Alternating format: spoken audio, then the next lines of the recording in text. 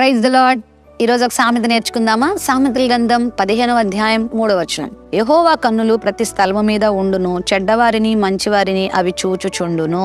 మనుషుల కనుదృష్టికి కొన్ని పరిధులుంటాయి, అవధులుంటాయి. కానీ దేవుని కనుదృష్టికి అవధులు లేవు. ఆయన ఎక్కడైనా ఎప్పుడైనా ఎందరినైనా ఒకేసారి చూడగలిగినటువంటి దేవుడు. ప్రతి స్థలము మీద యెహోవా కన్నులున్నాయి అంటే అర్థం ఏంటో తెలుసా? ప్రతి ఒక్కరిని ఆయన చూస్తున్నాడు. వివేకము కలిగి దేవుని వెదుకువారు కలరేమో అని ఆయన ఆకాశము నుండి చూచి నరుల్ని పరిశీలన చేస్తున్నాడని కీర్తన 14లో కూడా ఉంది. మన దేవుడు అందరినీ చూస్తున్నాడు, ప్రతి పరిస్థితిని చూస్తున్నాడు. పాపం చేసేవారిని చూస్తున్నాడు, నీతి మార్గంలో నడుస్తున్న వారిని చూస్తున్నాడు, దేవునికి అవిధేయమైన పనులు చేస్తున్న వారిని చూస్తున్నాడు, దేవునికి విధేయులై జీవిస్తున్నటువంటి జీవితాలను కూడా దేవుడు చూస్తున్నాడు. కష్టాలలో, నష్టాలలో, బాధల్లో ఉన్నవారి జీవితాలని చూస్తున్నాడు, ప్రార్థించే వారిని చూస్తున్నాడు. ఇదిగో దేవునికి వ్యతిరేకమైన దిశలో వెళ్ళే వాళ్ళని కూడా చూస్తున్నాడు.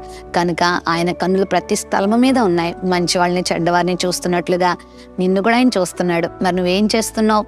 నువ్వు ఎక్కడున్నావు? నువ్వు ఎలా జీవిస్తున్నావో నువ్వు పరీక్ష చేసుకో. ఎందుకంటే చూచుచున్న దేవుడు మనకున్నాడు.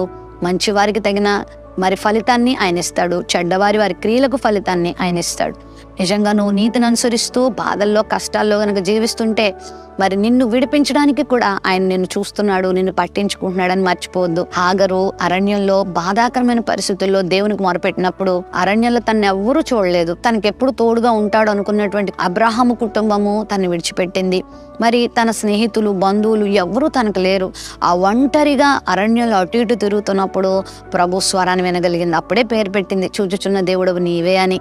మరి ఇశ్రాయేలు ప్రజలు 430 సంవత్సరాలు బానిసత్వంలో గడుపుతున్నప్పుడు వాళ్ళు పడుతున్న బాధల్ని దేవుడు అంటున్నాడు, నేను చూశాను అంటున్నాడు.